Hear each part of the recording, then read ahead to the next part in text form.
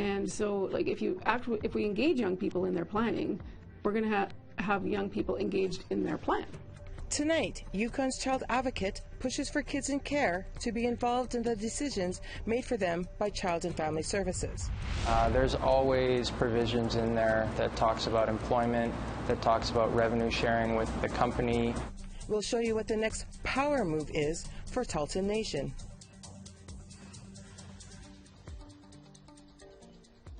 Good evening, I'm Beverly Andrews.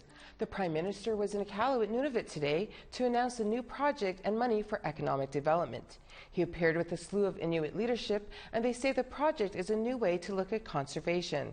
Kent Driscoll in Iqaluit starts us off tonight. Thank you. Yes, Prime Minister Justin Trudeau and a number of cabinet ministers, along with most of Inuit leadership for the territory, were at Nunavut Arctic College today for an announcement. The announcement was the Tuvagiutuk Marine Protection Area. Now, in Inuktitut, that means where the ice never melts. In practicality, that's going to be 400,000 square kilometers that will not allow any human interference for the next 5 years, except for Inuit hunting and fishing. Now, that's an area that's bigger than Newfoundland and Labrador combined.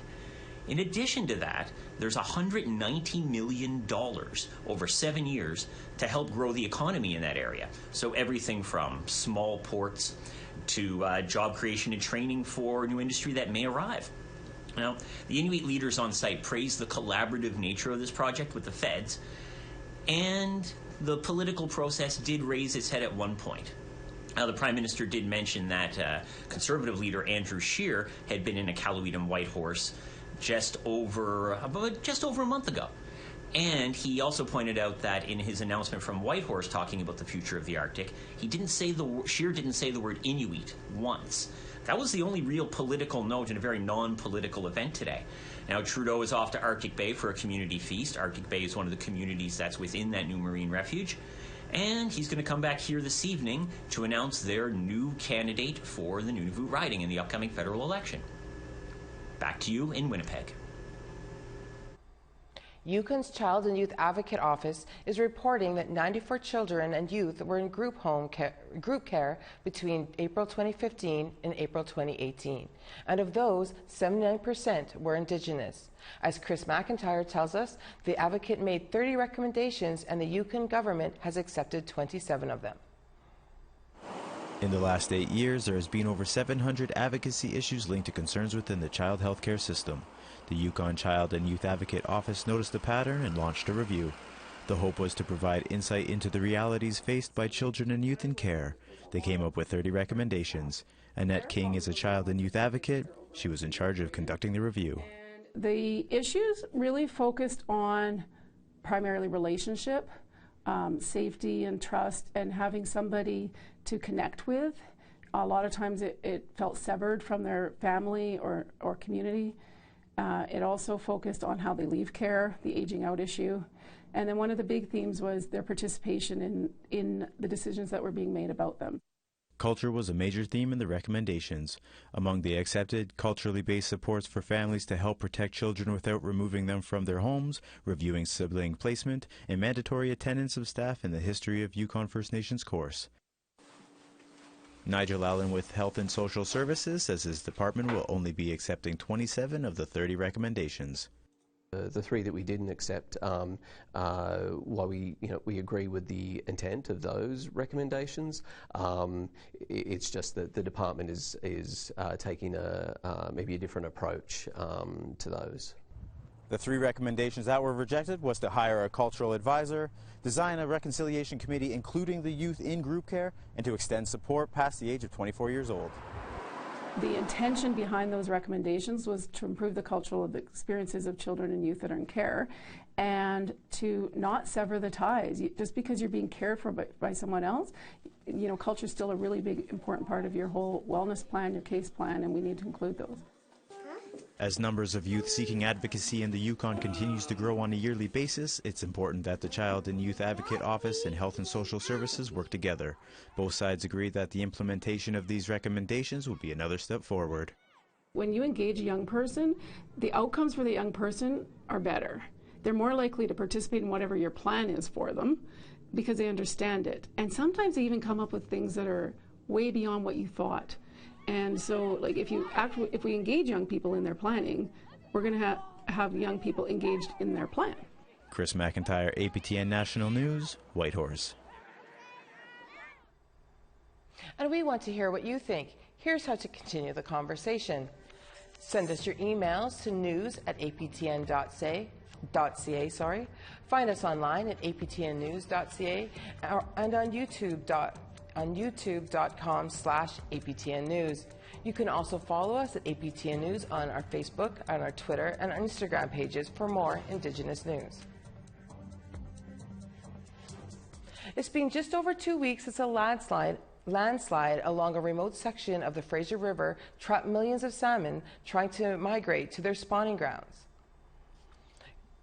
Government officials have been trapping fish and taking them into metal buckets past the slide.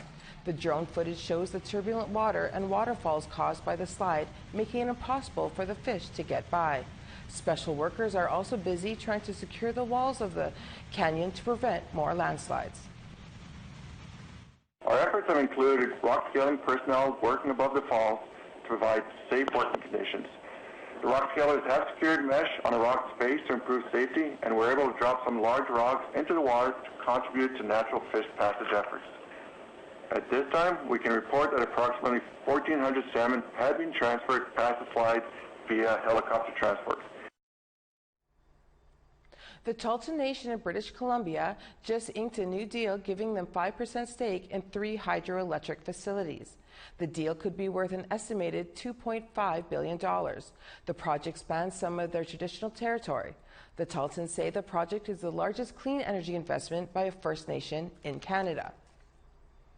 In partnership with Axiom Infrastructure Canada and Manulife Financial Corporation, the 3 facilities are run in the river projects that harvest energy from flowing water in absence of a dam, and these projects are located in Forest Keir, McClellan Creek, and Volcano Creek. The power generated will be sold to BC Hydro under the 3 separate 60-year agreements. So our impact benefit agreements on major projects, whether it's a clean energy project like this one or a mining project, there's always provisions in there that talks about employment, that talks about revenue sharing with the company, revenue sharing with the province, and then preferential contracts, a lot of environmental provisions to make sure that we have oversight and we're co-managing the environment. To Saskatchewan now, where the provincial court has ruled in favor of treaty hunters from Six Nations territory in southern Ontario. They were charged with unlawful hunting in Saskatchewan Provincial Park in October 2018. On Wednesday, a Saskatchewan judge ruled that the treaty people can hunt anywhere in Canada on unoccupied Crown land without a hunting license. Federation of Sovereign Indigenous Nations Chief Bobby Cameron says the ruling is a victory for treaty rights. Our treaties, our inherent rights are portable. We are not bound by provincial borders. And we have been consistently stating this time and time again. Yesterday's victory case for our treaty hunters proved it again. An Indigenous war hero is being honored in Winnipeg this weekend. We'll tell you who and why after the break. But first, let's take a look at tomorrow's weather forecast.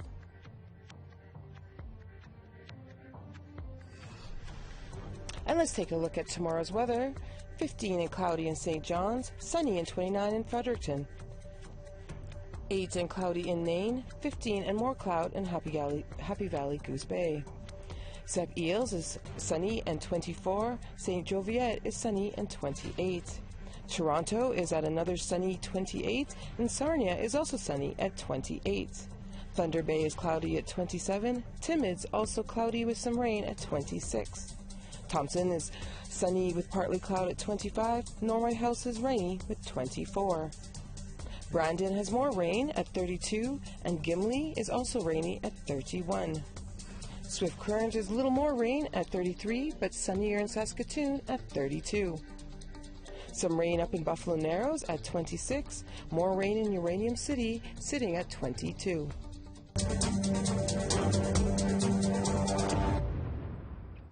Lower Fort Garry is the old Hudson Bay Company trading post where Treaty Number 1 was signed in 1874. And this weekend, there's a special ceremony to honor Sgt Tommy Prince, descendants of one of the chiefs who signed that treaty. Ray Coutu is with Parks Canada. We spoke with him earlier today about what's coming up. Hi Ray, thanks for joining us. For our viewers who might not know who Tommy Prince is, can you tell us a little bit about Sgt Prince's life and who he was in his military record? Absolutely, Beverly. Sgt Tommy Prince, who grew up on the Broken Head Ojibwe First Nation, signed up for military service. He actually volunteered in 1940, and he served in the Second World War as well as the Korean War a few years later. And he is Canada's most decorated Indigenous veteran, and we will be paying tribute to him on Saturday, August the 3rd at Lower Fort Garry.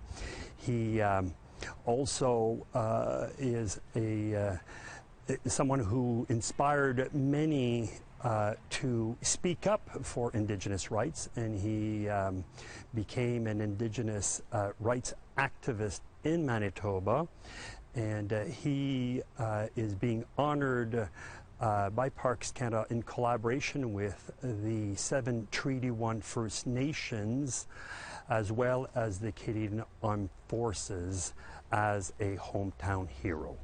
So why is Parks Canada honoring him now? Parks Canada started the Hometown Heroes program back in 2015 as a response to all of the Government of Canada commemorations for the First World War and the Second World War. And the reason Parks Canada is involved in these types of commemorations with the Hometown Heroes program is because out of the 220 sites that Parks Canada manages across the country, nearly 50 of them, Beverly, actually have a direct connection with the First World War, the Second World War, or both. Even Lower Fort Garry over here has a connection to the Second World War. And so far, Parks Canada has honored 135 such individuals, men and women, both military and civilian, who contributed to the war effort, of which 24 are Indigenous from various communities. And Sgt Tommy Prince's name was brought to our attention by our staff here at Lower Fort Garry in discussions with the 7 Treaty 1 First Nations, who wanted to have Parks Canada acknowledge the contribution of Indigenous veterans from the area, because Beverly, more than 3,000 First Nations community members from across Canada, plus an untold number of Métis and Inuit, signed up for service, even though they didn't have to fight alongside non-Indigenous people. And Ray, can you tell us a little bit about what you have planned for tomorrow? Absolutely. Sgt Tommy Prince, along with veteran members of Treaty 1, will be honored in a very moving ceremony, which will feature traditional dancing and with drums, a firing of a historic cannon by Parks Canada interpreters in period uniform. There'll be a military band, a parade. We'll be showing some video, Beverly, of some Indigenous veterans who fought in the Second World War and the Korean War, and will tell their experiences of how they were not treated equally when they came back to Canada. So we'll be telling that story also. And Parks Canada will also be unveiling a story panel that will tell the Tommy Prince story. Moreover, the Canadian Armed Forces have other elements that they will be showcasing at the event, including a fly past by the Royal Canadian Air Force. Well, that sounds like a really great event, Ray, and we're looking forward to attending that. And thank you so much for being with us today. Thank you, Miigwech. In fact, Treaty 1 was signed on August 3rd, 1871, not in 1874. I apologize for that mistake. And if you can't go down to Lower Fort Garry yourself, you can watch the live stream of that event to honor Sgt Tommy Prince this Saturday at 11 a.m. Eastern Time. You can watch it on the APTN News live stream page or go to aptnnews.ca/livestream. Stay tuned for more news after the break. Here's the rest of your weather forecast. And to check the weather out in the rest of the country, High Level is cloudy with rain at 21, Peace River 19. Edmonton is a sunny 30, Calgary also sunny at 29. Campbell River is rainy at 21, Pictitan is partly cloudy and 30 degrees. Smithers has more rain at 23, Fort Nelson partly cloudy at 22. Dawson is partly cloudy at 19, Whitehorse also partly cloudy at 23. Fort Simpson has some rain at 25. Norman Wells has more rain at 19. Inuvik is partly cloudy with mostly sun at 17. Sax Harbor is also partly cloudy with 5 degrees. Repulse Bay is partly cloudy at 14. Chesterfield 18 with part cloud. Clyde River is at 10 degrees with some cloud. Arctic Bay is sunny at 12.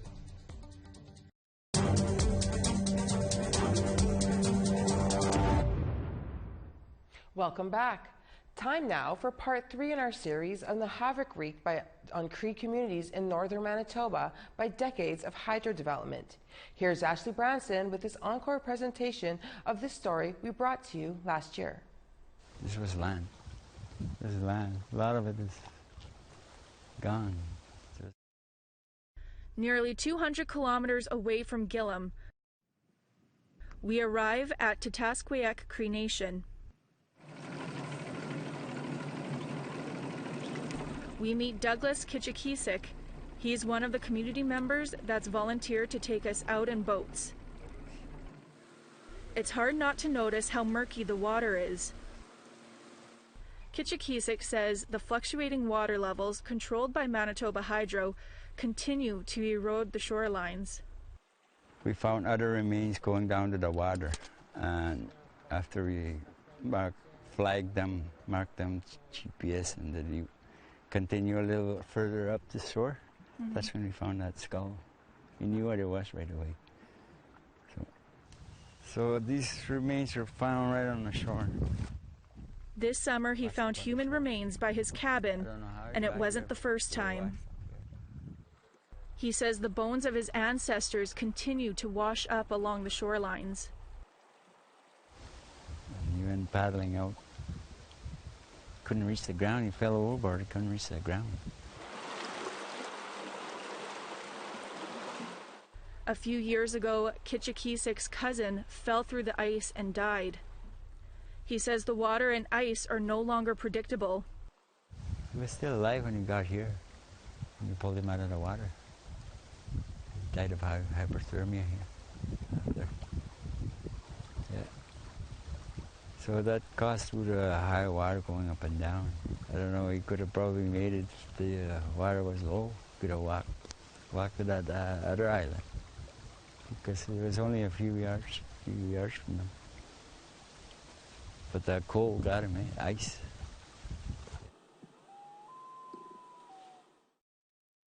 This was probably one of the first times I think that I'd seen clear water. So my mom grew up in pre-CRD, so I was born into this post-CRD Churchill River diversion.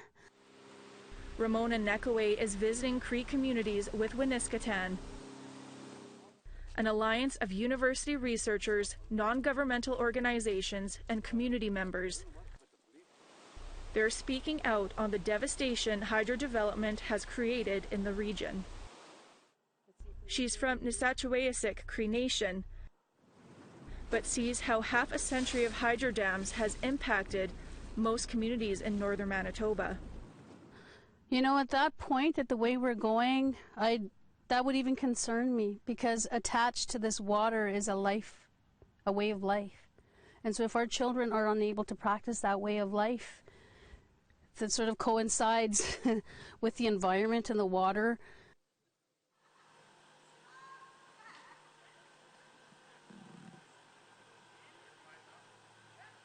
Nekaway brings the group to Troy Lake. This lake is one of the few accessible, clear, and pristine bodies of water in the Treaty 5 territory that has not been sacrificed for power, and what the water looked like before the Churchill River diversion. And I thought it was important just to give folks an idea of what they have been and will probably continue to hear about in terms of the beauty of the land and of the water and how clear and pristine it was. Just over 350 kilometers away, in Opipanapuan Cree Nation at South Indian Lake, things are no better. In the 1960s, families were forced out of their homes to make way for the flooding. They were given a couple $100, I forget how much, but it wasn't very much, to burn their house and move across. Quite a few of them didn't. Some instances, the RCMP had to come and take the people out because they didn't want to move. Eh? According to the Northern Flood Agreement, it states, Manitoba shall have regard to minimizing the destruction of wildlife by controlling the water levels and flows to the extent that's practical to do so.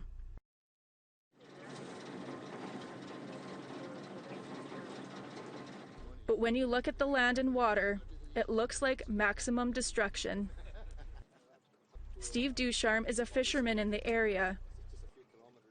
He doesn't hold back when describing the impacts hydro development has on his community.